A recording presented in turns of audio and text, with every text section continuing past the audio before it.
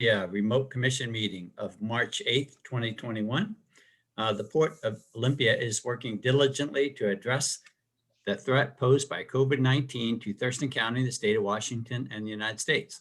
On March 16, 2020, the Commission adopted Resolution 2020-03, authorizing certain emergency powers in light of the COVID-19 outbreak, including invoking applicable emergency exemptions to meeting notice requirements and location restrictions of the Open Public Meetings Act. Pursuant to Resolution 2020-03, the Port of Olympia Commission is conducting tonight's meeting remotely.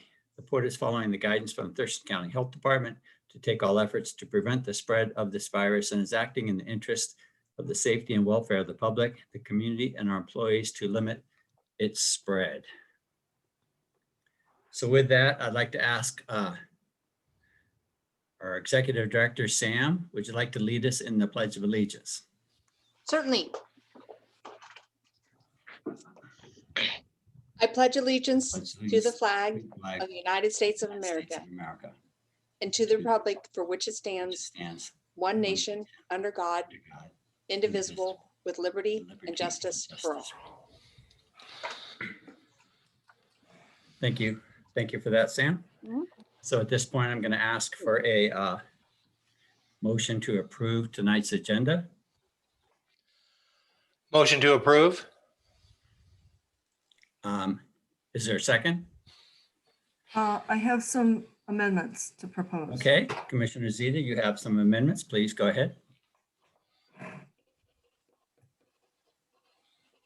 I'd like to add to our agenda under action other, vote on whether or not to include written public comments in our meeting minutes.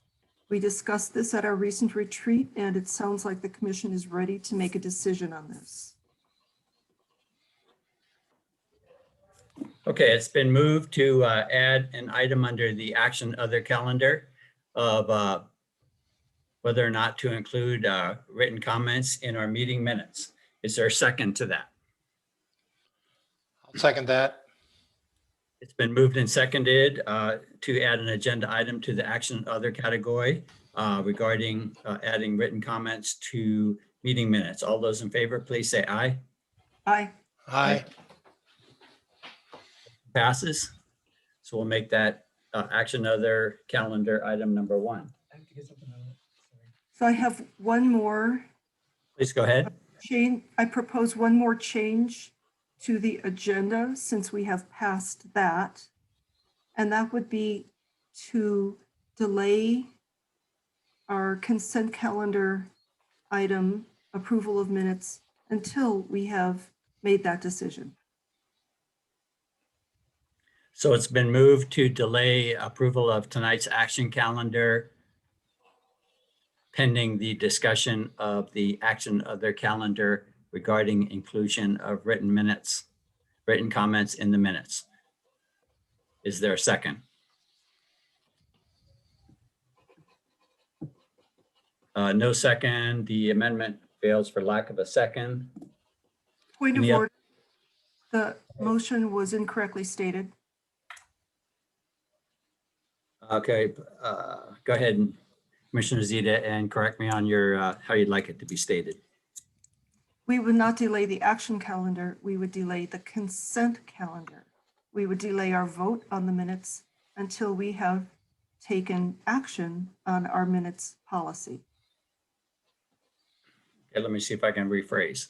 Commissioner Zeta has offered an amendment to the agenda to delay approval of the consent calendar until after we take action on the action other calendar item, which is whether or not to add written comments to minutes. Is there a second? Okay, motion fails for lack of a second. And do you have any other amendments you'd like to offer, Commissioner Zeta or Commissioner McGregor? I have none. I I have would one. move. Oh, go ahead. I'm sorry. Oh, sorry, I have one amendment. I'd like to move I make a motion to move public comment and commission response to directly after special recognition because they relate to each other. Is there a second? I'll second that. Been moved and seconded to move the public comment up from item G to just after item D, special recognition. All those in favor, please say aye. Aye. Aye. So now I need a motion to approve the tonight's agenda as amended by Commissioner Zeta and as amended by Commissioner Downing. I would move to approve the agenda as amended, adding an action other item by Commissioner Zeta, as well as moving the public comment and commission response item G to just under D1. Thank you, Commissioner. Second. Is there a second? I second. All Commissioner those in Zeta, favor? Commissioner Oh. Zeta seconded it. Oh, I see. I'm sorry, Commissioner Yes. Zeta, didn't quite hear. Okay, it's been moved and seconded to adopt the tonight's agenda with two amendments. One is to add discussion under action other calendar of adding written comments to minutes. And the other amendment is to move the public comment up to directly below special recognition. All those in favor, please say aye. Aye. Okay, we have an agenda. Thank you, commissioners. So at this point, we're going to move to special recognition of Chris Richardson. And I'd like to, did not know, I have not checked with Sam. If you had any words, Sam, or I'd like to ask for a moment of silence, a minute of silence for Chris Richardson, who departed us unexpectedly about a week and a half ago. And Chris was a valued member of our POCAC team, hence a member of our Port family. May I have a moment of silence, please?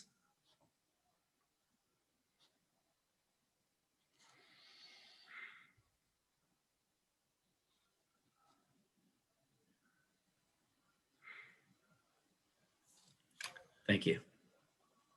So at this point, we're going to move to public comment. And I see from the list that has been prepared, we have Ms. Deb Patton wanting to give public comment. Ms. Patton, are you on the phone or on the line? Yes, I'm here. Thank you, I'm- Ms. Patton. Please go ahead. So I ask you to continue to join in the honoring of my friend and POCAC member, Chris Richardson, who died unexpectedly on February 24th. Chris was an enrolled member of the Chehalis tribe, and he worked in economic development for the tribe. David Burnett of Tribal Enterprises said that Chris's mind was always working and doing the best for the tribe. Chris was a devoted community servant, involved not only with the Chehalis tribe, but also with Thurston leadership, and Thurston County leadership, or that program, Thurston Leadership Thurston County, I'm sorry. He was also a member of the Port of Olympia Vision 2050, and he was active in Big Brothers Big Sisters, the Gloria Day Lutheran Church. He had served on the board of Twin Star Credit Union, and he served on the South Puget Sound Community College Foundation, where he had established a scholarship in memory of his late wife, Denise Best, and she was a teacher at Griffin School. He's survived by his two daughters, who are college kids right now at Eastern and WSU, Maggie and Margie. And his cousin, some of you may know, is AJ Johnson. He's a longshoreman here in Local 47. During his time on the POCAC, Chris served on the Multi-Night Ferry project, and he also was on the EV Charger project, where he served along with fellow POCAC member Peter Overton, who we also lost. That was last year in January 2020. This year, Chris was excited to work on the POCAC broadband initiative with hopes of bringing internet to rural parts of the county. Chris was a real hard worker, and he had a very positive outlook on life, and he'll be sorely missed by the POCAC and by the greater community. Thank you. Thank you, Ms. Patton, for your public comment and your comments. Is there anybody else that'd like to give public comment at this time?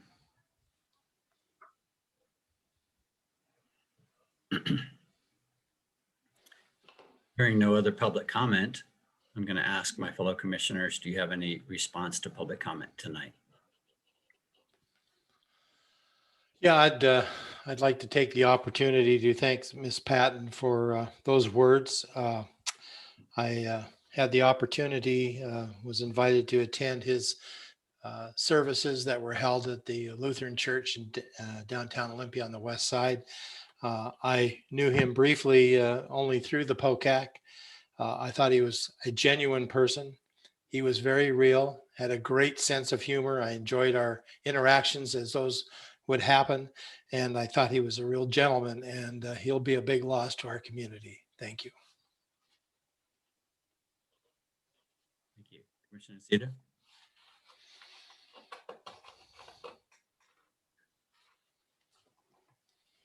I just want to say thank you, Ms. Patton, for your words, your kind words for Chris. You know, I met him a few times, and, you know, he was a great individual and a great asset to the port, and a great asset really to his tribe and the community. So a real go-getter and energetic guy. It's very sad, very sad. So any other comments from my fellow commissioners? I want to give my condolences to Chris's family and to the Chehalis tribe. I know that he cared deeply about economic opportunities for the tribe. He worked hard to get the new Talking Cedars restaurant going a few months ago, and he's working on the new truck stop at 93rd Avenue.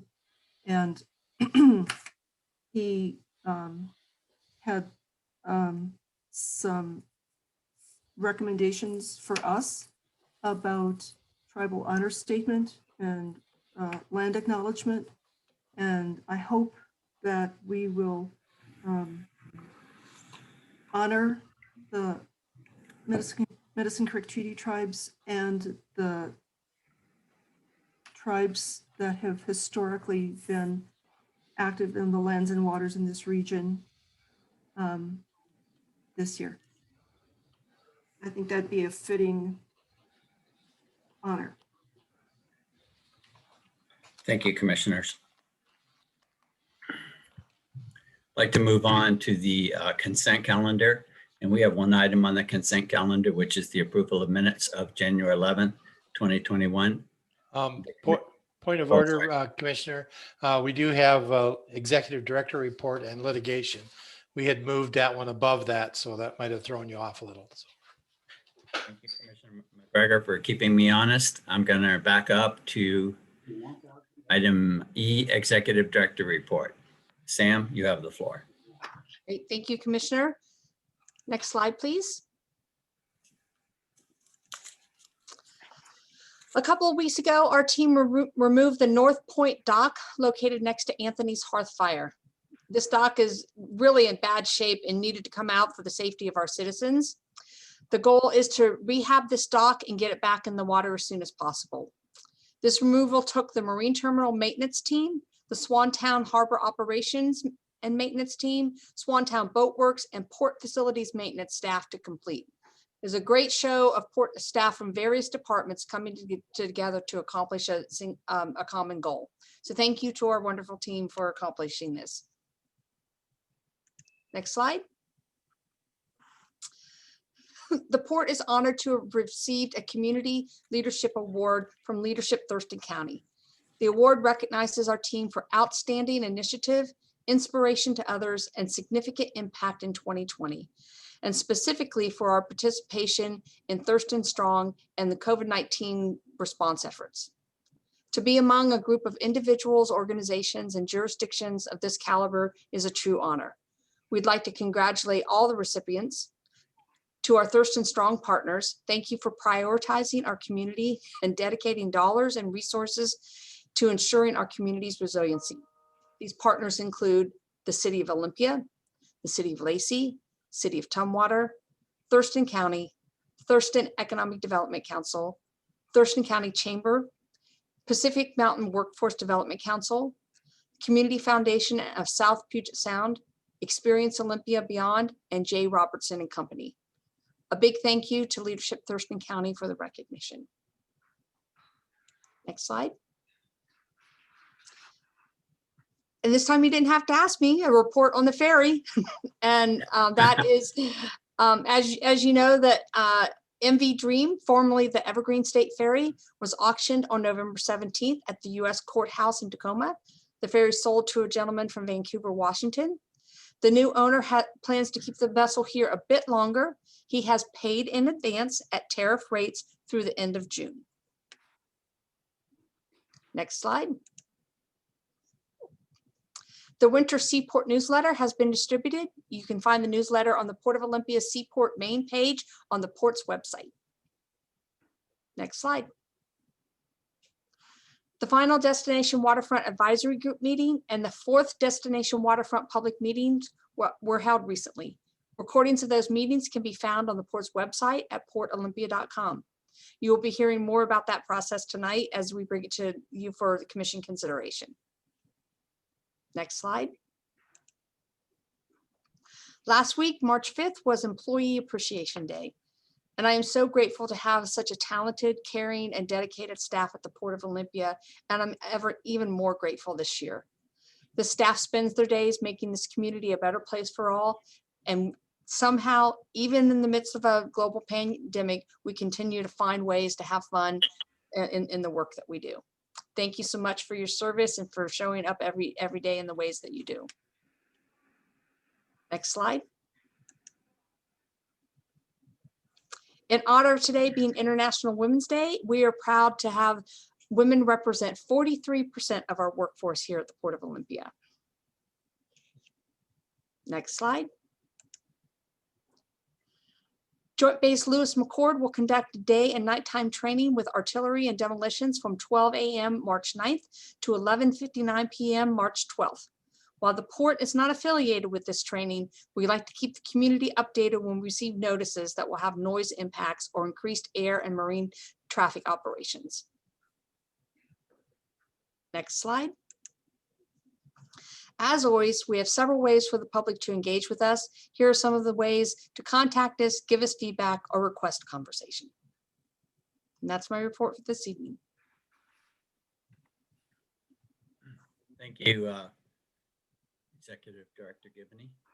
At this time, I'm going to ask if there's a litigation report from Heather Burgess. Thanks, Commissioner. I don't have anything to report this evening. Thank you, Heather. That's great news. So then I believe that brings us back up to date to the consent calendar. I'm looking for a motion to approve the minutes of January 11th, 2021, the commission meeting of January 26th, 2021, the Special Joint Commission and Citizens Advisory Committee meeting, and the February 1st, 2021 Commission work session minutes. So moved.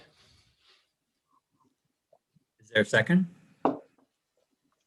I'll second. All those in favor, please say aye. Aye. Aye. Opposed? Motion passes. Oh, Commissioner Zeta was muted. Oh, Thank you, Commissioner- Commissioner Gregor. Nay, call for a roll call. My nay vote is on the grounds that we have not set our policy regarding public comments in the meeting minutes. thank you, Commissioner Zeta. Your objection is noted and the roll call as well. So now we move to the action of the calendar, which we have one item on that, which Commissioner Zeta would like to have a take action on whether or not to include written comments in meeting minutes. Commissioner Zita, would you like to lead off the discussion? Yes, we had a bit of discussion about this at our retreat last week. I move that the commission continue the practice that Commissioner McGregor and Commissioner Zita approved on March 23rd and April 13th of 2020, the practice that was in place through most of 2020, that written public comments submitted in advance will be appended to the meeting minutes. Thank you, Commissioner Zita. I'm going to paraphrase a little bit, but if I may, which is that you've made a motion to continue the practice of including written comments in meeting minutes as discussed by yourself and Commissioner McGregor at a prior meeting. Is there a second? Oh, go ahead. Point of order. Yeah, go ahead, Commissioner.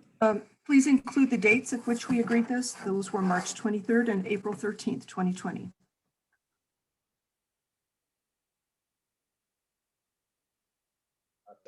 Correction.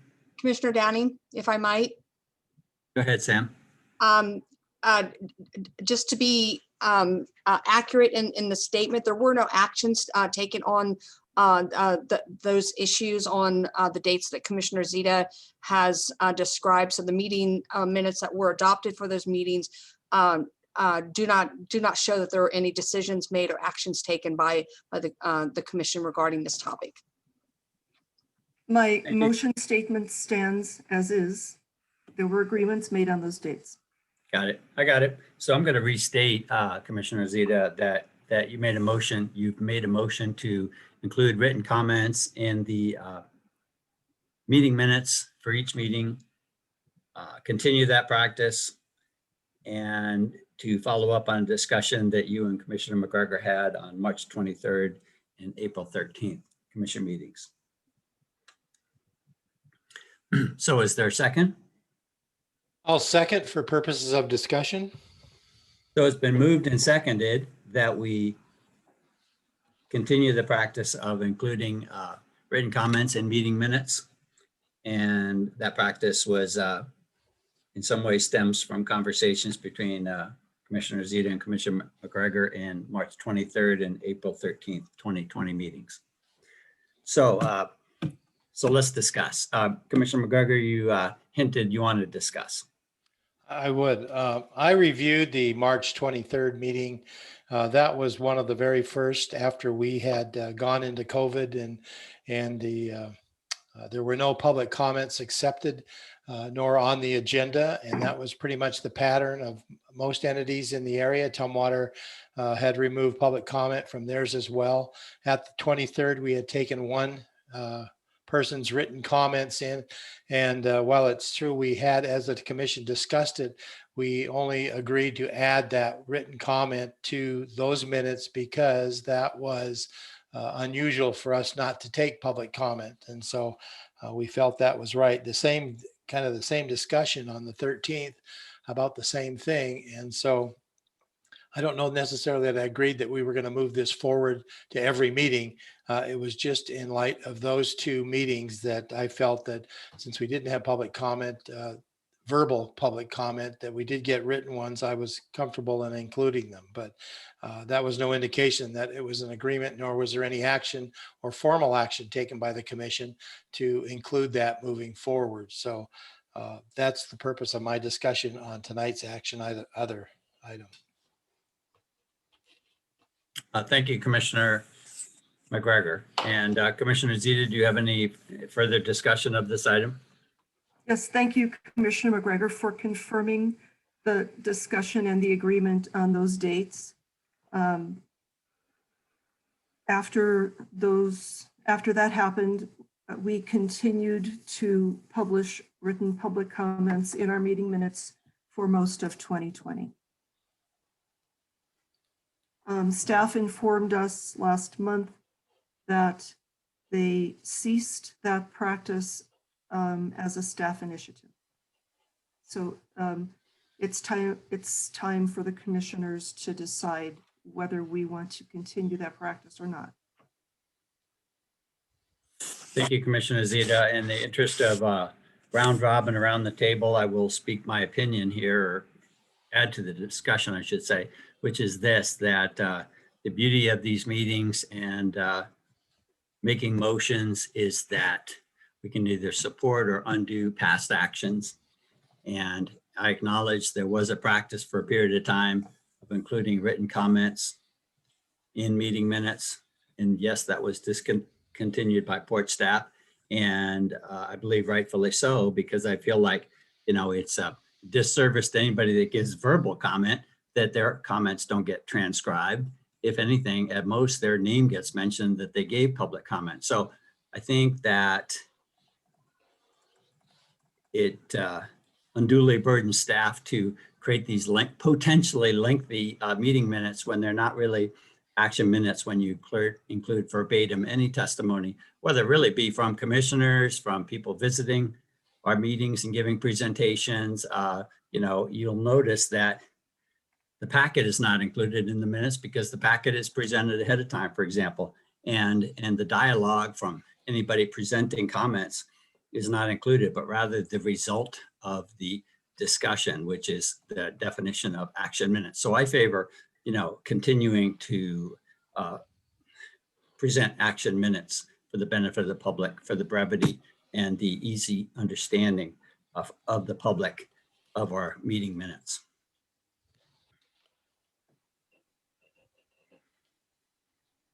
Any other comment, Commissioner McGregor? No, I am going to state that I do not support the motion to conclude written comments in our meeting minutes. So I just wanted to get the discussion out there that this was an unusual circumstance during the very early stages of COVID. Nothing was decided. We did not give staff clarity, and it was decided. We did not take a vote on it. We did not give staff clarity to say either we did or we didn't want them, and so I'm ready to move forward. I would call for the question. Thank you. It's been called for the question. I'd like to ask, I have no further comment. I'd like to ask Commissioner Zeta if she has any further comment before we call the question. I want to thank Commissioner McGregor for supporting this last year, for supporting written public comments in the meeting minutes last year. I want to thank staff for including written public comments in our meeting minutes for most of last year. I'm disappointed that my fellow commissioners choose to discontinue that practice now. I'm disappointed that staff took the initiative to discontinue that practice without consulting the commission last fall. Thank you, Commissioner Zeta and Commissioner McGregor, for your comments. So it's been moved and seconded that we continue the practice of including written comments in meeting minutes as generally discussed by Commissioner McGregor and Commissioner Zeta on March 23rd and April 13 of 2020. All those in favor, please say aye. Aye. Opposed, please say nay. Nay. Nay. Motion does not pass. I'm going to, back the phone up because just back up the train a tiny bit, because I see that typically we ask for public comment before we take final action on an other item. So I'd like to just back up a tiny bit and see if there's any public comment on this item that we just discussed. Commissioner Downing, we have one person raising their hand. It's Carla Wolfsberg. I'm going to allow her to speak. Great. Welcome, Ms. Wolfsberg. You have the floor.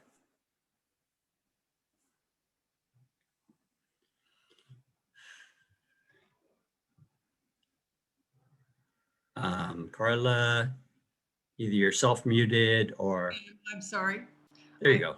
Automatically, I would be unmuted, but I was not. So I just want to say that I think it would be a great service to me and to the public to provide written public comments in the minutes. It would be extremely helpful because what it will do now is will create a burden for the staff and a burden for me in the public to request public records to see what comments have been sent to the port. It would be much easier, I think, on the staff to simply include those in the minutes. I think it would also be really fantastic to include what the subject was of the public comments at this meeting. I think that's good, transparent government. It's what we all need to be thinking about, to be more responsive to the public, to make everything that is taking place in our government very transparent. And I think that the actions against this do a disservice to the public. So I would encourage you to rethink it because it's going to cost the staff a lot of time if I want to find out what those public comments or those written public comments are in the future. Thank you. Thank you, Ms. Wolfsberg. Anybody else liking to give public comment on this one issue under our action other calendar? We have Deborah Patton raising her hand as well. I'm going to allow her to speak. Great. Welcome, Ms. Patton. Thank you. I think your point earlier, Commissioner Downing, was well taken, that the verbal comments are not transcribed and placed into the minutes. Citizens can go back and review the recording, but if you are going to include the written comments, then I think you should probably record the verbal comments, but that is more work for the staff. I would think citizens, if they have something to say, that they should sign up to speak like I do almost every single meeting. You provide a full half hour, and sometimes if it's a special meeting, you extend that and then even give additional time for comment at the end. So I would think citizens, if they did want to make a comment, that they could make it verbally and be recorded, and then community members could watch the recording, listen to it, and then there would be no need to burden the staff with public records requests. Thank you. Thank you, Ms. Patton. Is there anybody else liking to give public comment on this action other item that we've just discussed?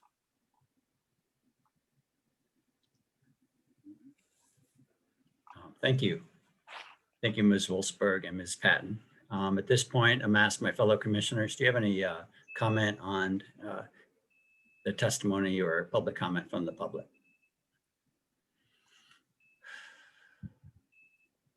Commissioner Zita, would you like to go first?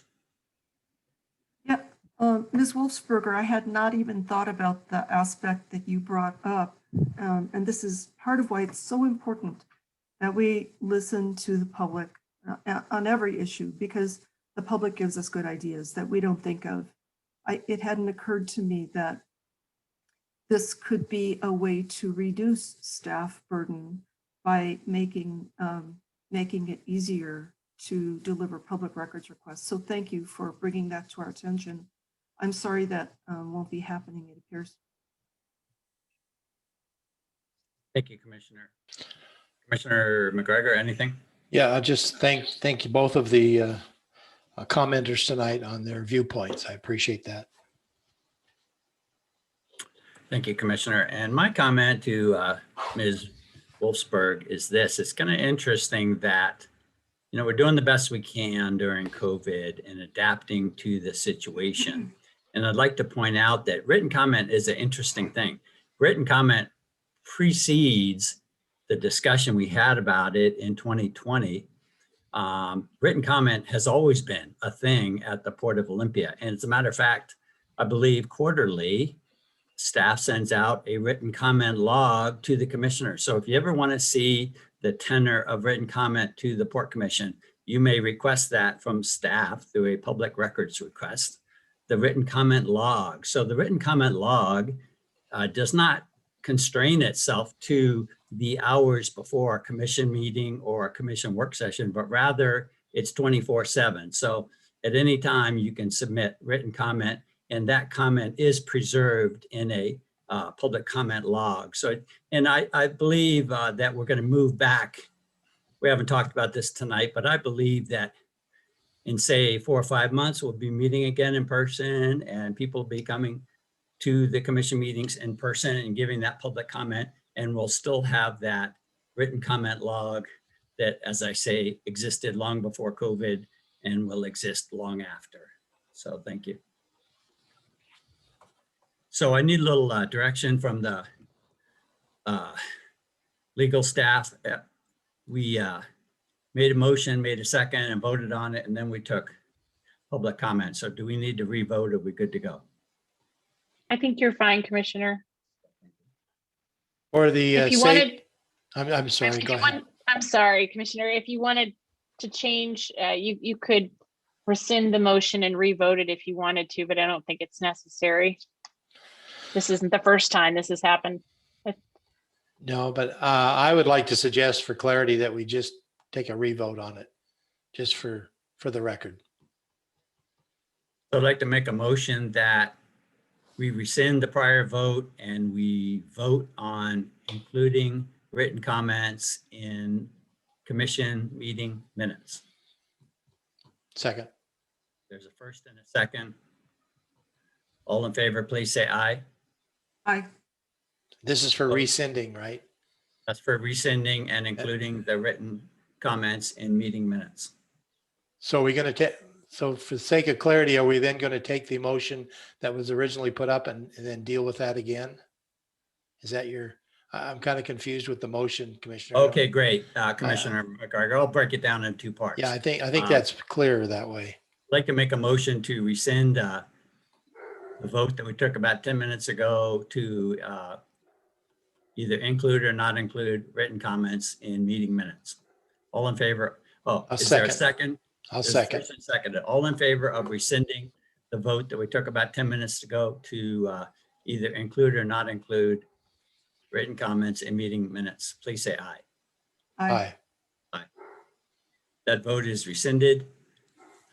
Now I'd like to make a motion also that we include written comments in meeting minutes of commission meetings and work sessions. Is there a second? Second. I want to claim that motion as my motion. Let the record show that that's Commissioner Zeta's motion that I stated. And we're looking for a second because Commissioner Zeta moved that motion. So we're looking for a second. Is there a second to the motion to include written comments in meeting minutes of the commission meetings and work sessions? I'll second that. Been moved and seconded that we include written comments in meeting minutes of commission meetings and commission work sessions. All those in favor, please say aye. Aye. Opposed, please say nay. Nay. Nay. Nays have it. So we're not going to include the written comments in meeting minutes. Thank you, commissioners. Okay, we're moving on to the advisory calendar. What we have tonight is the Destination Waterfront Development Planning, and Sam Gibbody and Ellen Rowe, I believe, will be leading off that discussion.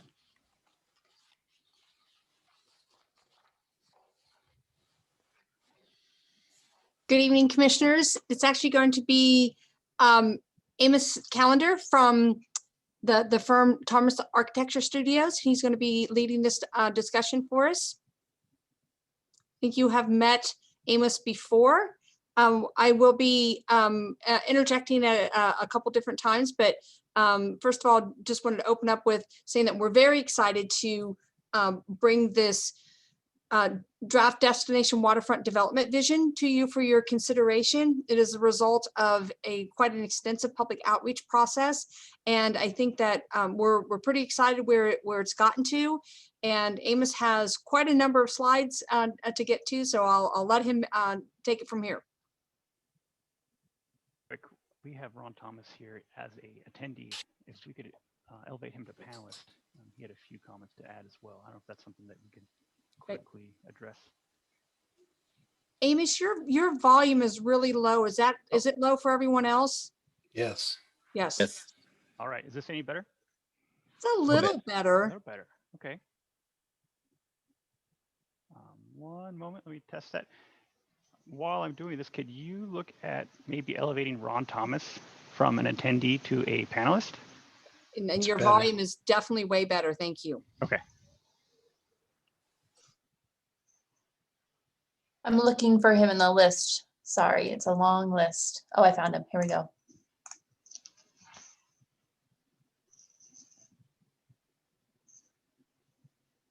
While you're doing that, Amos, do you prefer questions at the end? Should we just take notes and ask you questions at the end of your presentation? Thank you, Joe. So it is a pretty long presentation, and you've seen quite a bit of this information before in prior presentations. So my plan is to kind of shuffle through these pretty quickly, make notes of any slides, and then we can address any comments or go back as needed at the end. But you know, this board commission loves numbers on slides. I hope you're ready for us. Okay. Right. We've learned that. So good evening, commissioners. And I just want to say a few words on behalf of TAS that we've thoroughly enjoyed these past several months. Thank you, commissioners, for those of you who joined us along the way. We've literally had thousands of responses, many people joining us on our public outreach meetings, many people engaged online as well. Several surveys put out there with, again, thousands of responses to those, and many recommendations along the way. Commissioners even added additional public outreach because they wanted to hear further, or advisory committee members. It was recommended there were others who wanted to be on that advisory committee. We added them. We even reached out to some individually. And so this whole effort is meant to be a framework going forward. We found a lot of public wanting to participate in a higher and higher level of detail. And it needs to be understood. The whole purpose of this study is to establish a framework for future development. And the public was highly engaged in recommending opportunities for various uses on all the sites that we have. The entire 1 mile length was divided into potential development parcels. Recommendations were made. We recorded all of those. The whole point is to take this out to the marketplace. And there are some sites that might be used for public use. We took in input on pathways, trails, how to address sea level rise, near shore opportunities. And so this entire framework is meant to be a jumping off point for further detail on a site-by-site basis. And so, again, we've thoroughly enjoyed it. A great recording of all public input has been made, and Amos is going to show you a summary of what we heard this evening. Again, it's far more detailed than can be shared in the limited time available this evening. So he's going to go through it rather quickly, but we do stand ready to answer any questions you might have this evening. So with that, Amos, take it away. Great, thank you, Ron. Okay, so you're sharing screen, perfect. So I could share screen and then I can just click through the slides a little quicker. Would that be sufficient, or should we just go with this format? I think that that's a good idea. Sam, do you agree? Yes. Okay, great. I'm gonna give you controls, just 1 second.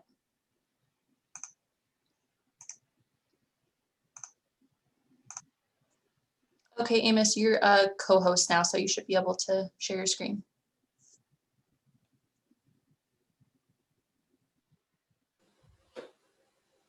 Okay, are you all seeing that?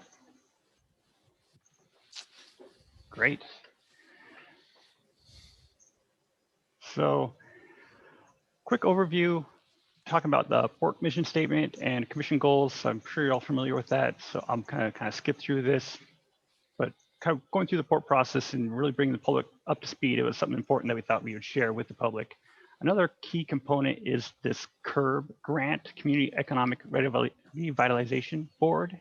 And the port went through and was approved for a $50,000 grant to help for this study. And this is a follow-up to the 2050 vision plan, building community awareness, strengthening partnerships, and establishing a shared vision for the port focus and impact. Another thing we added, this is from the advisory group, was guiding principles. And it is a little bit wordy, but I want to read through it because I think it's important to kind of run through. So balance and honor. The destination waterfront will balance commercial development with a mix of mission-driven enterprises that incorporate our maritime heritage, beauty of natural environmental, and rich artistic community. The Port of Olympia supports the implementation of the City of Olympia's downtown strategy and honors the Squaxin Island tribe who have stewarded these lands and water since time immemorial. Sustainability. Development of the Port Peninsula will address the reality of sea level rise and environmental legacies by incorporating principles of sustainable design and striving for a net positive environmental impact. The destination waterfront will create a balanced portfolio of businesses and endeavors that is financially sustainable. And community. Through community and neighborhood coordination, the destination waterfront will welcome visitors and locals alike, will amplify the efforts to attract kids and lifelong learners, and provide opportunities to learn, work, and play. Development of the Port Peninsula adds to the resiliency of the community by creating economic opportunities, stewarding the natural environment, and caring for community assets. And one other addition from our advisory group is also an outcome statement. Share that with you. The Port Peninsula develops as a destination waterfront that offers first-rate restaurants, recreation, public art, visitor accommodations, and gathering places while ensuring connectivity with the water, near shore, and the existing downtown core. Within 10 years, the destination waterfront features an inviting and walkable environment that is home to at least one anchor hospitality tenant, port businesses and administrative offices, and a mix of mission-driven and small business enterprises. There are public amenities, interpretive and educational displays, and opportunities for both active and passive recreation with an emphasis on view preservation. Standards for adaptation to sea level rise have been developed and implemented, and environmental cleanup and restoration effects are well underway. This is our project team. You're familiar with that, working with the port, including Rachel and Sam, and then our consultants listed below.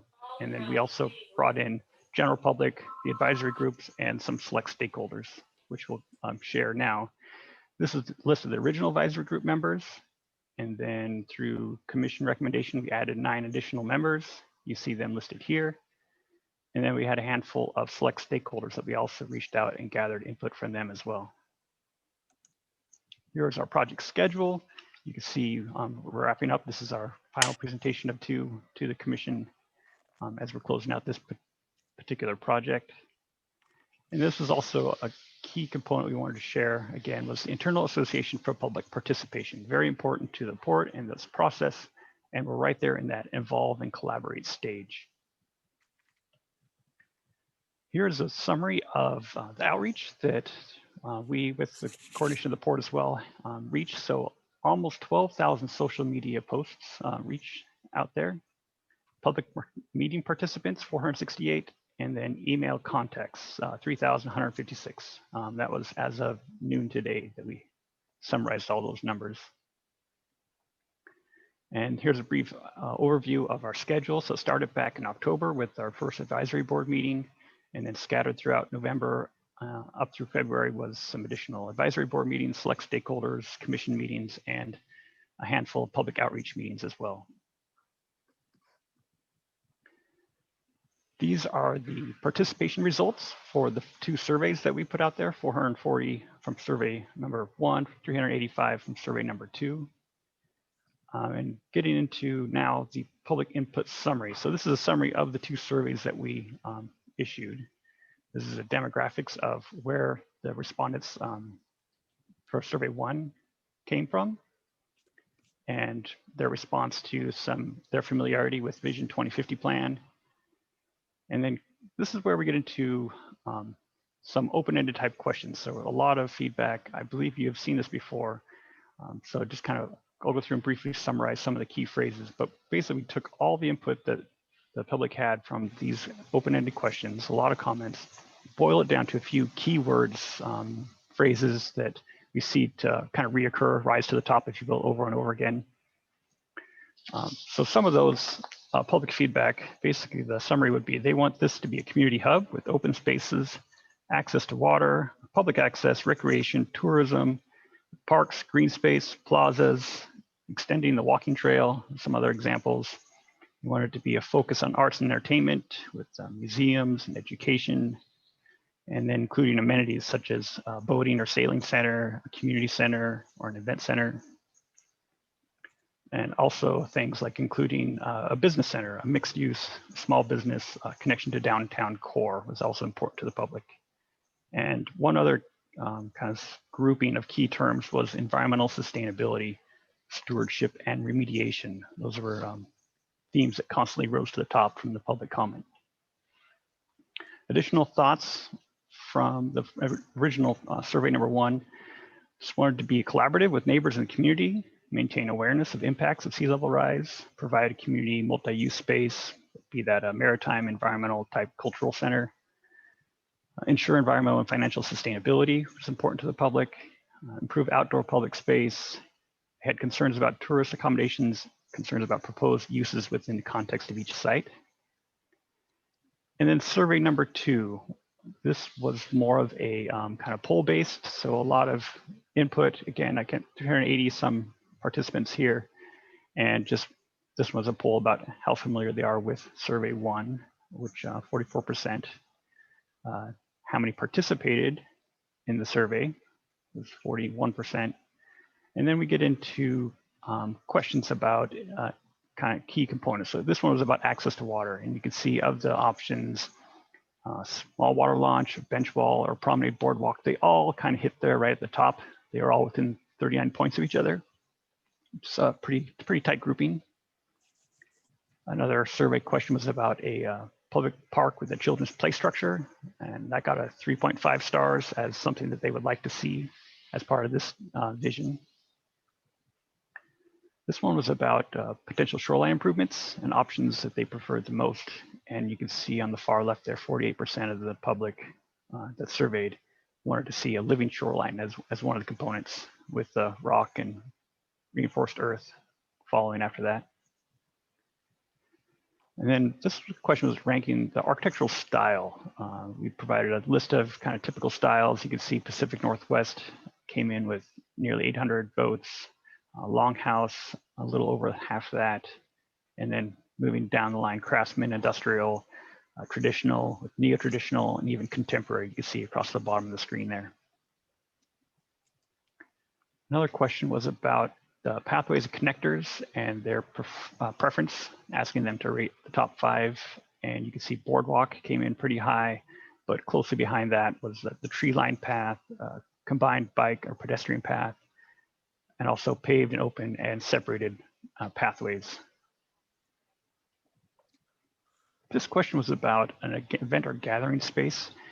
What would their preferred choice or option be? And you can see number 1 choice with a large margin was the covered wood area. Covered steel was a second, and then other options like a crushed stone plaza, indoor enclosed type event gathering space was also suggested, or even an open concrete type plaza as well. This particular question was regards to the gateways and connectors within the space, within the plan. And you can see that there's actually some negative numbers. It was a I like it the most, I like it the least type scale. So we weighted those scores, and you came in with arbor archway is number 1 preferred choice for a gateway or connector. And then plazas and informational signage, second and third. I'll show some graphic images of that a little bit later. One interesting thing was beacon on the far right, you can see came in with a pretty low score. More people voted against, so to say, a beacon as opposed to for an arbor or archway. This slide we incorporated because we wanted to share how we folded in some of the public feedback that we received throughout this few-month process. And that included additional meetings suggested by the commission, longer outreach process. So we had some surveys that had a short timeline. So we were requested to extend that, which we did. And then also ensuring environmental and financial sustainability. We had, I think that was outreach number 2, some slides that we shared with the public about how that process works. And then transparency. Port has established a project webpage with meetings, presentations, and all the data is posted to that. Access to past presentations or outreach materials has been shared, as well as documenting community comments. So all comments coming in have been recorded, and we have an Excel spreadsheet with those comments that we're going to be including in this final deliverable package. And then also summary of the survey results. Those have also been posted to the Port website, and we can use those as a reference tool moving forward. And then just some of the top features that we saw. Some of these were not part of the original discussion or thought, but they came from the public. So we started to fold those in as we saw them rise up, including a boating center, light industrial, making sure to address sea level rise, retaining some existing public amenities, mixed use with a form of housing as well, and then view preservation was another key component. So moving forward to go over sea level rise and codes and regulations. This particular slide shares the RCWs, and it's basically something we shared with the public saying what the port can and cannot do with the assets that they have. So it's important we got the vision, what they would like to see. Now it's kind of a little bit of reality of what it is that the port can do with this property. And then we also have City of Olympia codes and regulations. So we have zoning that we have to meet and follow. And here you can see it's zoned urban waterfront. On the left, a lot of text. Basically, all these are the potential zoning uses for urban waterfront. And I've highlighted in color some of the components that line up with the features that we have seen: retail, museums, apartments, mixed use, boat storage, boat clubs, light industrial, things like that. Other things to mention is the RV park, which is currently allowed in the urban waterfront zone, but we are going through a code text amendment process right now with the city just to further define that use. And another point would be the United States Army Corps of Engineers. This particular area is limited to some degree by that, and so we just need to make sure that future development falls within their regulations. Other City of Olympia regulations are restricting building height and building coverage on the site. So in the urban waterfront zone, we're limited anywhere from 40 feet up to 65 feet, depending on location, with 60 to 100% allowable coverage. And then parking is another regulation that we can make sure that future development addresses. This slide's sharing with you the hatched area. Is basically, it's a downtown exempt area. So parking requirements for these uses do meet that exemption. Other regulations that we must follow: the Shoreline Master Program. They have some other height limitations, including setbacks at 100 feet and 50 feet, depending on the use and the requirements they've established. And then view preservation. This is something that the City of Olympia already has set up in their municipal code. And they highlight key features in the area, including Mount Rainier, the Olympic Mountains, Bud Inlet, Black Hills, the Capitol Building, or even the Capitol Lake and its surrounding hillside. These are key views that the city has deemed as important, so we need to preserve the views to be able to share that with the public as they're walking down the path or visiting the site. So a portion of the site needs to be reserved or set aside to provide for those views. It could be in a lookout, a viewpoint, a view corridor, or other access just for the public to make sure that's maintained. And then sea level rise. These slides we've shared, there's a few measures to address sea level rise that City of Olympia developed with the help of LOT and with the port. Some of these measures, so this slide was actually, images are pulled from their report. And a few examples that we shared with the public about ways that could be addressed. You see on the bottom left an example of a living shoreline. Up on the top, that's a raised landscape area. You could maybe vision that could be like the Billy Frank Jr. Trail, and then In the event of sea level rise, that trail would be inactive, but the landscape wall would protect the inland site from any kind of water intrusion.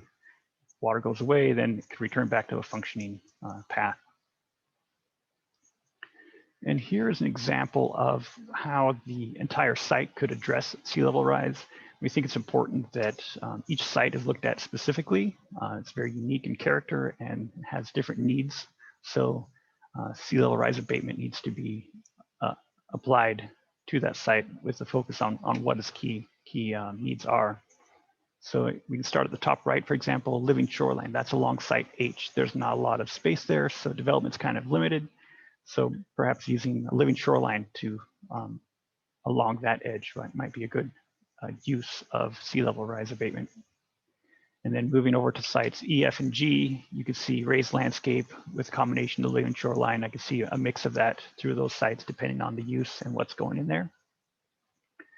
Next to site C and site D, flood wall. We're recommending something like that, just due to the use of the docks and access for the public, having some sort of hard line there, so making that access a little easier.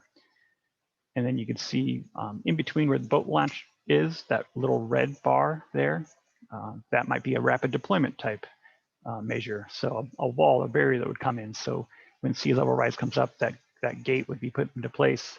And then when the waters recede, that gate gets removed.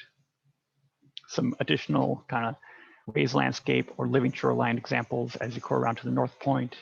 And then on sites over water 1 and 2, you can see in blue there, looking at raised buildings. For example, the KGY site, that building is already raised up above sea level rise. We have dashed in along the marina, the purple there for a flood wall. It's out of the scope of this project, but we do recognize that the whole area needs to address sea level rise to some degree to make sure that's all met. One area I didn't cover is that orange along site B and site A on the inland side. That is a raised street. So that might be another example where we could use a raised street where the rest of the site's already developed with the street a little bit lower. The site B is a little higher, so there might be potential to use a raised street approach for that site. And then moving into the individual development sites. So the overall plan, you can see site A through site J up to the right, then inland site K, and then the 2 overwater sites we've talked about. And then I think you've seen this slide before. This is the connection and gateway linkages. You could see in green along the north end, that's the Billy Frank Jr., along the east side of the site, north is to your left, the Billy Frank Jr. Trail, and how that connects the entire string of parcels that we're looking at. And then we have these individual arrows connecting through these gateways or connectors, and how to get people to draw back into the inland side and then ultimately connect back to downtown, where you can see that purple line there going from where site K in the center down past the farmers market and then turning right along Capitol Way. One other key aspect, the city is working with putting up a proposed bike lane right there along Washington Street. So that's another great pedestrian bike connector to tie people back to the downtown core, which is really important. This a walkability type slide, sharing anywhere from a quarter mile, might take you 3 to 5 minutes, where you can go up to possibly 1 mile in about 15 to 20 minutes, just showing how easily walkable this site is to be able to connect from anywhere on these sites back to the downtown and beyond. And here, I was talking about earlier, the gateways and connectors. So you can see Arbor Archway was preferred option back from that bar chart that you saw, with Plaza being second and informational third. Beacon, kind of top center, that was the one that you saw was rated least favorable. And then moving forward into individual sites. So we've broken this out into a kind of master site plan for each site that would cover things like area, current use, potential use, the zoning that's on the site, any allowable building heights, any setbacks or shoreline setbacks that are required. So it's kind of a marketable piece that could be taken and given to any potential interested developer, just a data sheet on this site. I've added, based on the public outreach meeting last week, there was some comments regarding just the setbacks and being able to see those and understand what those requirements are on these sites. There were already some dashed lines, but I added some call outs. You can see the 30-foot setback and a 200-foot setback. So that kind of gives you a reference to how a scale of this site, how far 30 feet is in relative to the shoreline. This particular site, just some potential uses. We're looking at maybe a hotel, cultural center, or even a mixed use site. And then I'll click through these pretty quickly to just kind of highlighting some of the potential use here.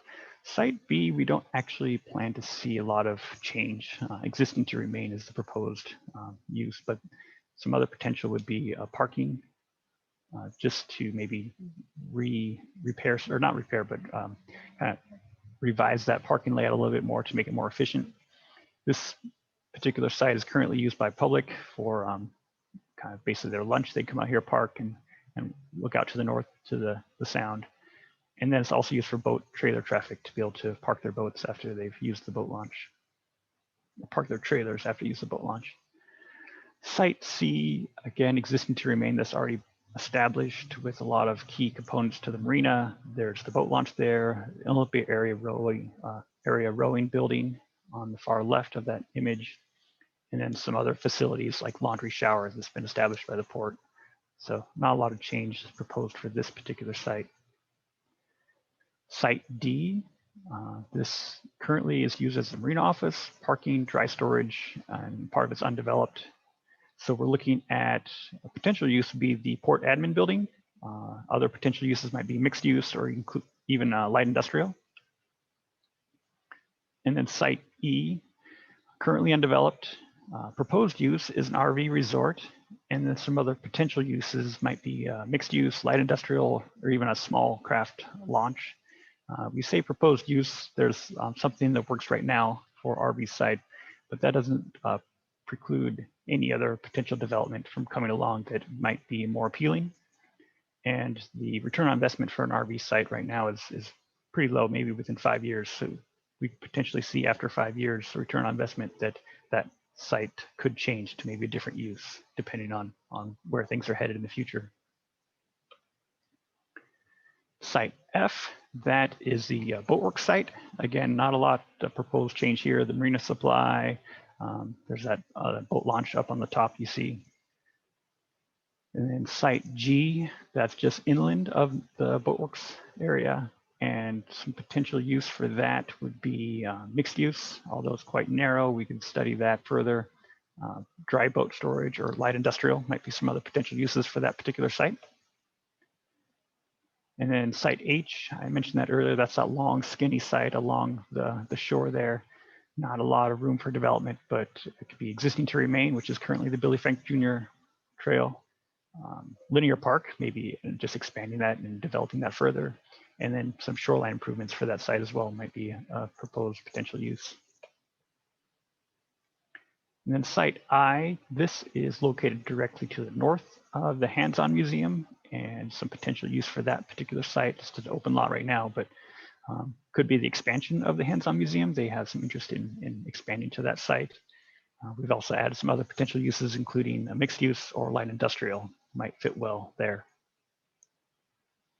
And site J, that wedge shape on the inside corner. This is also potentially an expansion for lot. They have some need to grow and expand, so they're seeing some potential use for that particular site. But other uses that you might see going in there would be mixed use, dry storage, or even light industrial. Then site K, this is inland, kind of open currently as far as no key potential use, but we are looking at some light industrial or mixed use. That's a vacant lot. I think it's used for event parking occasionally. One component that is recommended for this particular site is some pedestrian amenity. It is kind of a key thoroughfare as people are connecting from the farmers market directly to the west as they're walking towards the east, towards this string of sites that we're looking at. So having some sort of key pedestrian feature that might draw the public a little bit further down the path and connect them back would be important on this site. And then we have overwater sites 1 and then site 2. So site 1 currently is the KGY radio station, proposed existing to remain. They have a lease currently on that site. It is set to expire. They may or may not renew that. So some potential use might be a museum or cultural center, depending on where that ends up. And then overwater site 2, this has been a pretty popular site, a lot of interest from the public regarding this particular site. And some potential use for that might be commercial. A boating center has been proposed by the public there, a cultural center. I mentioned in the overwater 1, but there could be a potential for a combined overwater site. So basically you could take the footprint of overwater 1 or overwater 2, combine them into one larger footprint. It might be a little more appealing to a potential developer. So ran through a lot of those really quickly. A few next steps. I wanted to share some of the feedback that we got from our advisory group member, and then turn it over to Sam. I think she has a few other things to share as well. Sure. Thank you, Amos. And, we've had quite a bit of interest and input into this process. It's been really gratifying and humbling, truly. It is always the point in the process where I am just grateful for the number of people in this community that are willing to take their time and give us their energy and their attention to help us as we determine what the future may be here.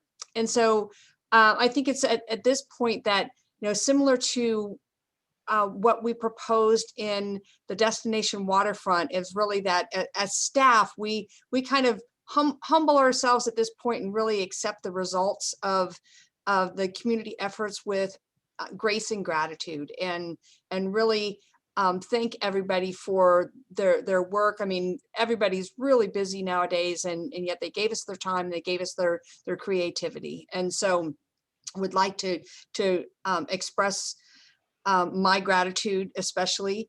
And then I think, well, we've also gotten to the point where I think there's a lot of excitement about what can happen. And that is really rewarding. And it's really, I think, particularly in these times, to have people come together and go, we can make something really special here, and we can balance the duties that really align with what the port's main focus areas are, which is, creating economic opportunity, stewarding the natural environment, and creating and caring for community assets. And, those three things, the themes have just come up time and time again.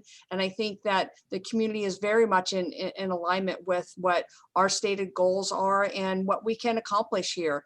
So, everything from going out to, we've gotten a really great response from the legislators that we've spoken with thus far about the Marine Center building and potential funding for that.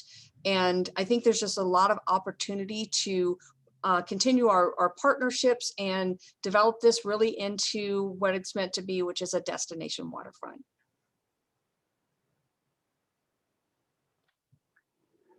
So then moving forward, basically the thought is continue on with the capital plan, and then study a few additional sites. So we're looking at admin building site D, the RV resort, which is on site E, and then some potential additional site development opportunities. Like I said, a lot of interest on site A and overwater 2, but just looking at those potentially 3 moving forward for the next steps.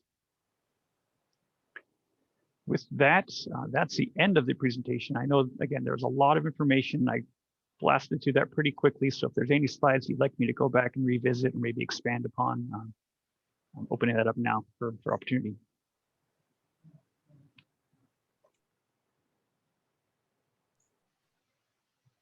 I think you're on mute.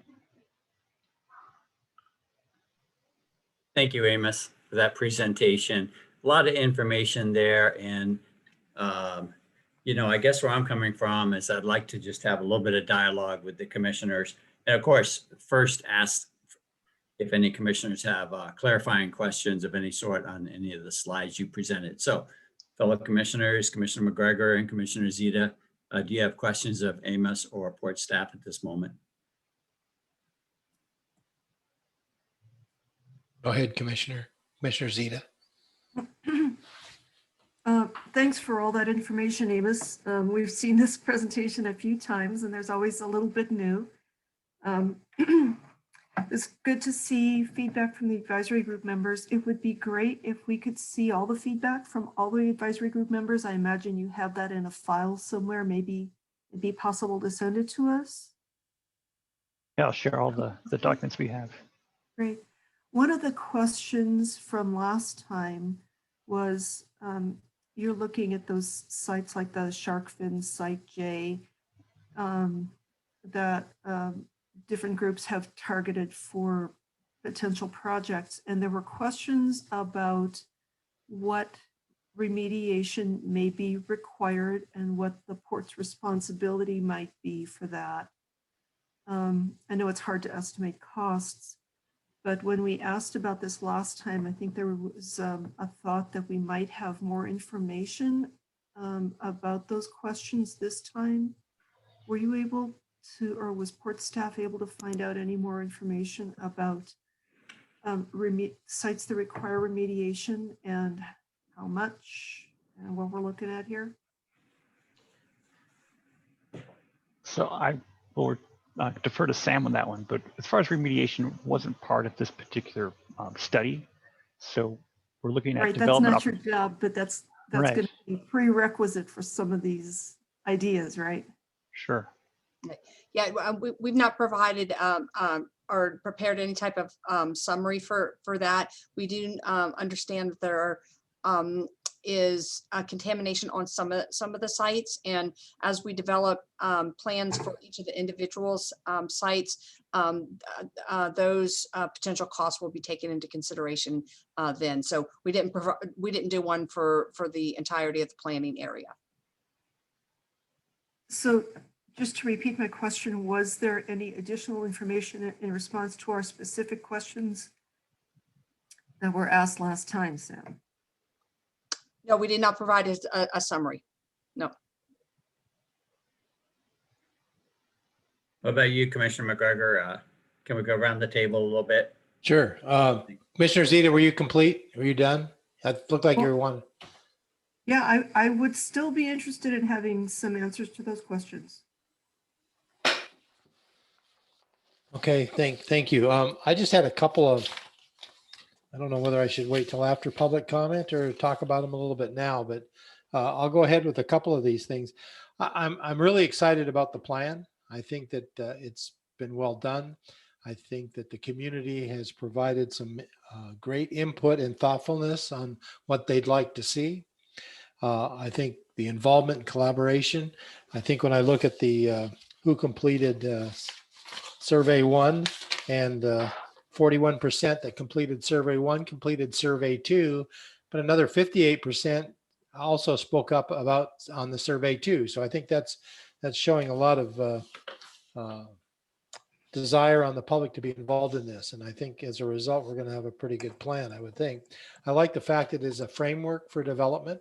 I think that that's where we need to go. And I like that on slide 3, you have the balance and honor statement there that'll balance commercial development with a mix of mission-driven enterprises that incorporate our heritage, our natural environment, and rich community, artistic community. I think that's great. And then also honoring the Squaxin Island tribe as part of that. I think under the community section, I like the fact that our strategic plan is the last sentence in there, and that it's the resiliency of the community is creating economic development, which is one circle, stewarding the natural environment, which is another circle, and caring for the community assets, which is the third. And in the middle, the word resilience is there. So I think that's great that you incorporated that into that particular thing. I want to throw out a couple of things here. I think over water too, I'm excited to see what could happen with that. Number one, there's a lot of creosote piling in there. It would be great to do something down there that includes pulling those pilings, putting back in cement or whatever the appropriate environmentally safe aspect is at doing piling. But I think another option that we should look at down there is putting another viewing tower, because I think that that's an excellent spot for people to be able to see the Cascades from that view. Also be able to watch the marine terminal from that side of things as ships are loading, because the ships are closer to that area than others. So I think that's an opportunity for that. I would like to see on signage that you showed there, is that in the informational signage, maybe have a more of a tribal influence on that, so that it kind of highlights our association and the need of collaborating with our tribal partners as we move forward on that, and have them, in addition to the Billy Frank Trail. I think whatever signage is going up there, I'm not sure what it looks like. I haven't seen anything for a while and I can't remember, but I think that incorporating some of the similar aspects that I think will happen at that point is a great idea. One thing I'm really concerned with is making sure, and I'm sure as we move along on these things, is that ADA compliance. People in wheelchairs need solid surfaces, as well as people who are in walkers or in crutches or using some kind of a little scooter to get around from their knee surgery or whatever there's going on. But I think that the ADA compliance with the pathways and access is going to be an important component, and I'm sure it'll be included in the development of whatever happens in whatever areas. I take it on next Monday, or the 22nd, I think it is, we will be formally accepting the report. Is that the next step there? Okay, good. I'd like that. One of the things I'd like to really watch is, we've had on our, and you showed it on one of the slides there, is MNO doc. One of my concerns at the marina has always been that JKL, particularly L and maybe even K, are more for the smaller boats that can be hauled out of the water in the wintertime. So therefore the occupancy drops at the marina. And I'm just wondering if there's a way to preserve the potential for MNO docks, but yet putting in some kind of watercraft that has been suggested. And maybe there's a trade-off between L dock and that moving into the future, because as we continue to grow down here, there's going to be more and more boats. And we already know there's a shortage of larger slips for the larger boats. And so I think that needs to be a consideration moving forward. So in the next 10 years, we could see a lot of things happening here, and I'm excited about that. I think it's all got some great attributes. I just want to thank all the people that got involved. Getting involved is important. It gives us direction, gives us things to contemplate and try to figure out how we're going to pay for it all and put it together and make it a real asset for our community, a real draw for tourists, as well as our own communities to be able to use access to the water. So I want to appreciate and thank you for the fine job that you've done. I think I've been at every meeting, listening and hearing what has been talked about. And I think there's been a lot of good conversation amongst those individuals that have been a part of this whole process. So thank you. Thank you, Commissioner McGregor. Thank you, Commissioner Zita, for your comments. And I think Commissioner McGregor, especially, tough act to follow. I do appreciate as well all the work that's been done. I appreciate the public for getting interested. I go to those public meetings and, there's 55, 65 people on there. I'm very impressed. And I think I'm honored that the public is that interested in our destination waterfront plan. I'm excited about the plan. I think that you've done an excellent job, weighing the different alternatives and looking at the codes and looking at the situation and dividing up the entire peninsula in you might say manageable segments. And so I'll get right into the, I'm trying to be cognizant of the many people and groups that have weighed in on this and that are anxious to see what direction we go with this. And so can you go to slide 28, please? I'll start there. I got a couple comments on different slides.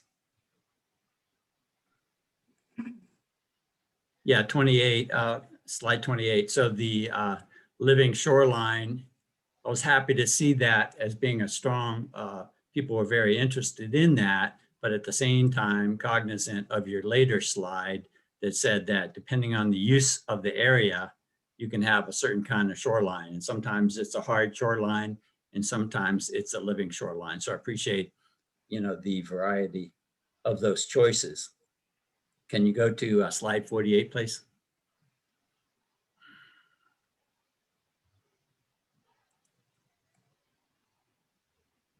That's 48. Whoops. Go back 2 slides, please. I was actually interested in looking at the slide with the overall plan, Amos. There you go. Okay. So the, oh, that's not the one. The one that has the overall sites, A through J, if you don't mind. There you go. And, you know, just so this is really for the benefit of the many folks that are on the line and concerned about, you know, where this Port Commission is going with this. And so, you know, potentially at the next meeting, we're going to adapt this plan in general terms. That doesn't mean that everything's going to unfold just like it is on this plan. I think there's a lot of interest in which, to the port's credit, we generated so much interest. People came forward and says, well, what about this? What about that? What about a community voting center? What about a community meeting space? And so then to our executive director's credit, you know, she saw an opening to apply for some state dollars to help with a potential community maritime heritage space. And so we have to, so different things are contingent upon different things. A lot of people have expressed an interest in the site OW2. And I agree that it's, you know, at the moment, it's quite the eyesore. I took a informative self-tour down there and peeked over there and around the pretty fence that separates Anthony's from that site. And, you know, I never really saw it up close, but it definitely could use some rejuvenation, and that's a lot of opportunity there. We're talking about a potential hotel site at Site A. That's a possibility. I think it's Site D that might be the marina office and might be the community center, which I'm, you know, moderately in favor of. I don't want to rule out, I feel like we shouldn't rule out Site K for a admin building for the port, because I think that it's more appropriate as a gateway to the peninsula. Potentially the admin building could go there, and we'd save Site D for something more relevant to the waterfront. So I'm just throwing out ideas here. This commissioner is somewhat pretty in favor of the RV development. We've been talking about that for at least a couple of years, and Site D seems somewhat appropriate, although the public should know we haven't got to the point where we've actually sketched out what that might look like. So those are just some of the concerns I have. And, you know, overall, I'm quite interested in this plan. And I, again, you know, I'm anxious to see, you know, let the public know that we move forward a step at a time, and that this dialogue is, you know, invaluable for this Port of Olympia to be responsive to the public. So that's about it.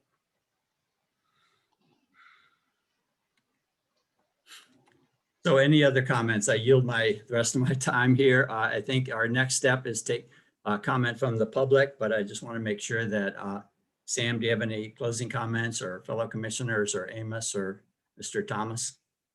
It's good to hear the individual commissioners' reaction. The next step will be to bring it back to you 2 weeks from now for action, and that action would be acceptance of the plan, similar to what we did with Vision 2050.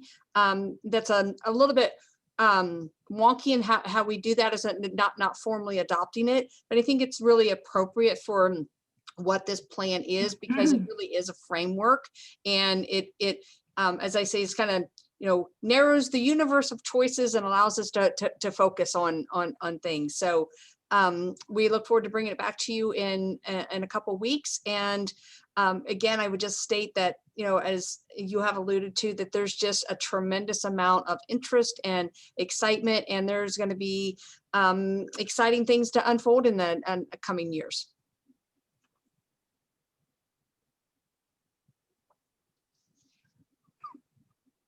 Thank you, Sam. Thank you. Well, I'm going to go ahead and move then to public comment on this this item, which we're discussing tonight, this destination waterfront plan that's been presented.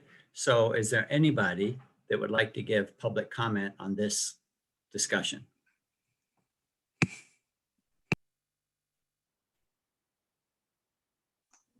Commissioner Downing, Carla Wolfsburg has her hand up. I'm going to allow her to speak. Great. Welcome, Ms. Wolfsburg. Please go ahead.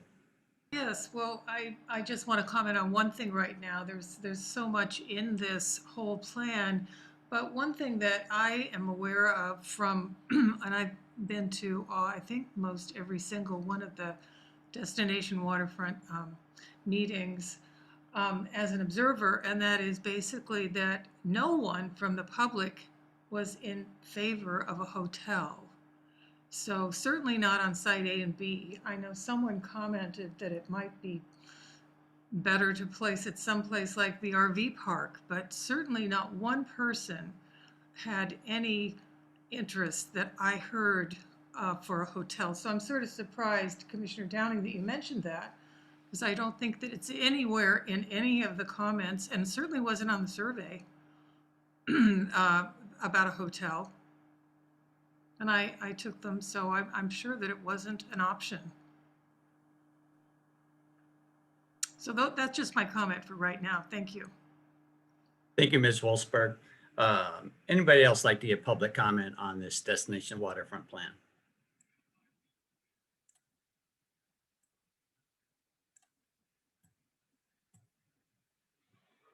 No other comments? Okay.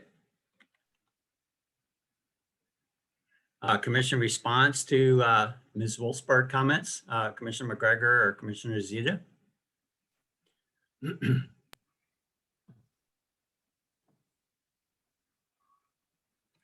Go ahead, Commissioner Zita. Thank you, Ms. Wolfsberg, for pointing out that nobody seems interested in a hotel. That's important for us to keep in mind.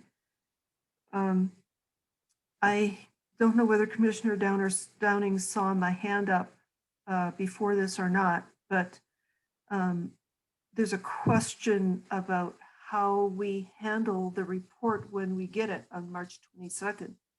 I am sure that staff and fellow commissioners will recall that at our retreat last week, the consultant that staff hired recommended that we not be in the practice of accepting or approving reports from consultants, the POCAC, or the like. So that's something that we should decide what we do. And we should review the consultant's recommendation and see whether that's a practice, that's a recommendation we want to follow or not.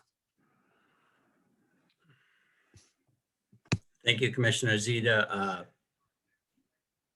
Just Sam, hold on one second. Commissioner McGregor, do you have any comment? We're trying to respond to public comment at this moment, so. No, not at this point. Thank you. I'll respond to public comment. Thank you, Ms. Wolfsberg. Maybe I missed something and maybe the hotel wasn't talked about directly tonight, but I don't personally want to rule in or rule out any kind of hotel development on the Port Commission. I think that it's subject to much further discussion, but thank you for your comments. Commissioner Zita, I'd like to, sorry. Sam, would you like to weigh in on this?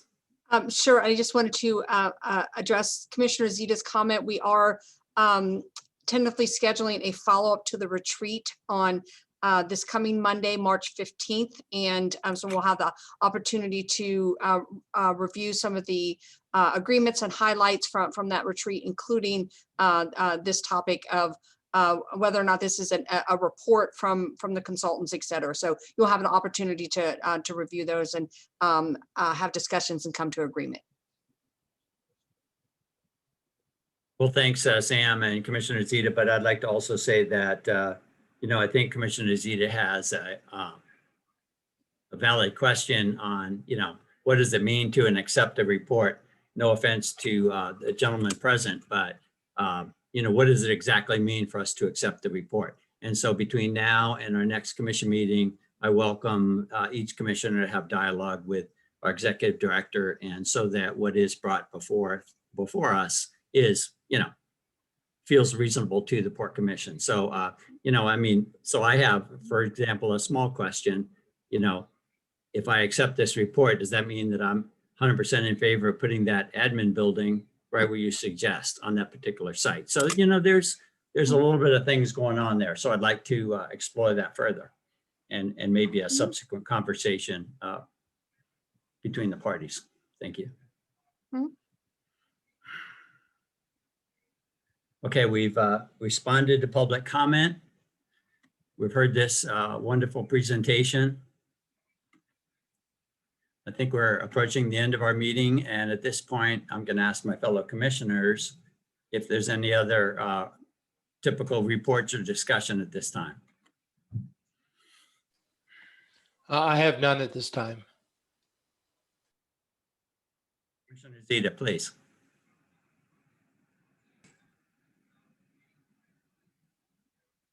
I hope that we will see a calendar of upcoming meetings. That's always useful. If that is on our port website, I'm still having a hard time finding it. I do want to call the public's attention to a meeting tomorrow night. The Tumwater City Council is having a work session, and the first item on their agenda is to discuss the Port of Olympia New Market Industrial Campus development. You may recall the Panattoni proposal, Panattoni, the warehouse developer that the Port of Olympia gave a lease option to, approximately 200 acres in New Market Industrial Campus District 4, which is mostly forested along Kimmie Street near Bush Middle School. So that development lease option and the details about it will be discussed tomorrow night at Tumwater City Council work session.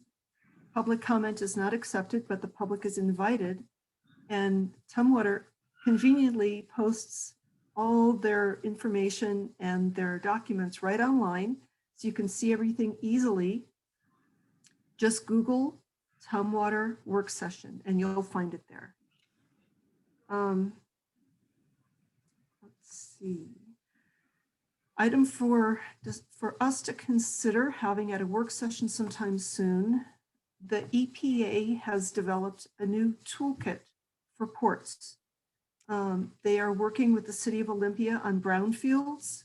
They had a meeting on that last week. Unfortunately, the Port of Olympia scheduled the meeting at the same time, so we were not able to participate, even though we do have brownfields that need remediation. The EPA lead has kindly made himself available to meet with us and tell us about this new toolkit that they have for ports. And so I think it would be to our benefit to take advantage of their offer to share that information with us at a work session soon. I have shared the EPA staff person's contact information with our staff, and I hope commissioners will agree this is something that we should hear at a work session soon. And finally, last item, the Port Commission has several times affirmed that we support the Thurston Climate Mitigation Plan. You'll recall that Allison Osterberg from Thurston Regional Planning Council gave that fabulous presentation to us a couple months ago. And after that, we all said, yes, Thurston climate mitigation is important, and we want to join our local jurisdictions, the cities, the county, and so forth in supporting this plan. And the next step would be something like a memorandum of understanding or an interlocal agreement. We have yet to take that next step, and I hope the commission will agree that we should take that next step.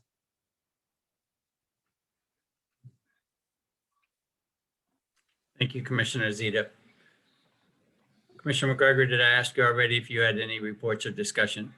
Yes, you did. I said I had done, but I did want to make a comment. I thought that the mitigation plan that is being adhered to by the county and the cities is something that that they set codes and zoning regulations use. If I think if that's correct, and that we don't really have a zoning authority. Well, we can certainly support a mitigation plan. I think we're having our POCAC members review it to see how the port can be a functional partner in this and what the POCAC, the Citizens Advisory Committee, could come back with suggestions on. So I think we're kind of waiting for a report from them, so then we can then move forward with something. But that's my understanding. My understanding was that yes, indeed, the POCAC would be doing that part of it, and that the staff part of it would be to explore the MOU ILA aspect of it, that was outside the POCAC's duties or abilities. Thank you, commissioners. My report is basically that I've been working overtime with the Experience Olympia and Beyond, the Visitor Convention Bureau, as they search for a new executive director. And we've just completed 7 interviews from candidates across the country. And there was 11 people on the interview panel, and we've narrowed it down from 7 to 4. So we're not even close to being done, but it's pretty fascinating and certainly really important as the executive director of the Visitors Convention Bureau helps tie together the whole county with a singular mission of enhancing tourism and promoting economic growth as a result of that. So that's been a big thing. And I echo what Commissioner Zita said. If anybody would like to attend that Tumwater work session, we have as well recently received, I guess, a response to our letter to the city of Tumwater about a proposed development agreement on those 200 acres. So if anybody's interested or can't find that, you can email me or email the executive director, and we can be sure to get that out to you. It's good preparation for that discussion tomorrow night. So I plan to be on there listening in, as many members of the public will as well. And Commissioner Downing, when you say our letter in response, that is staff's letter, not a letter from the commission. Thank you, Commissioner Zita, for that correction. Of course, that did come from staff.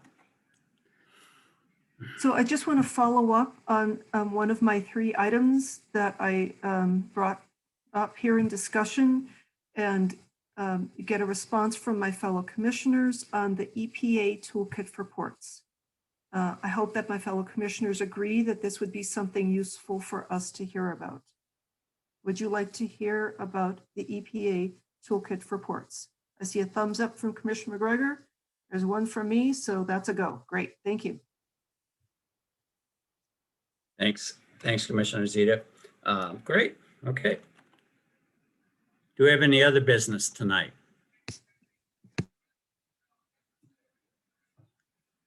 Hearing none, I'd like to move towards meeting announcements, please.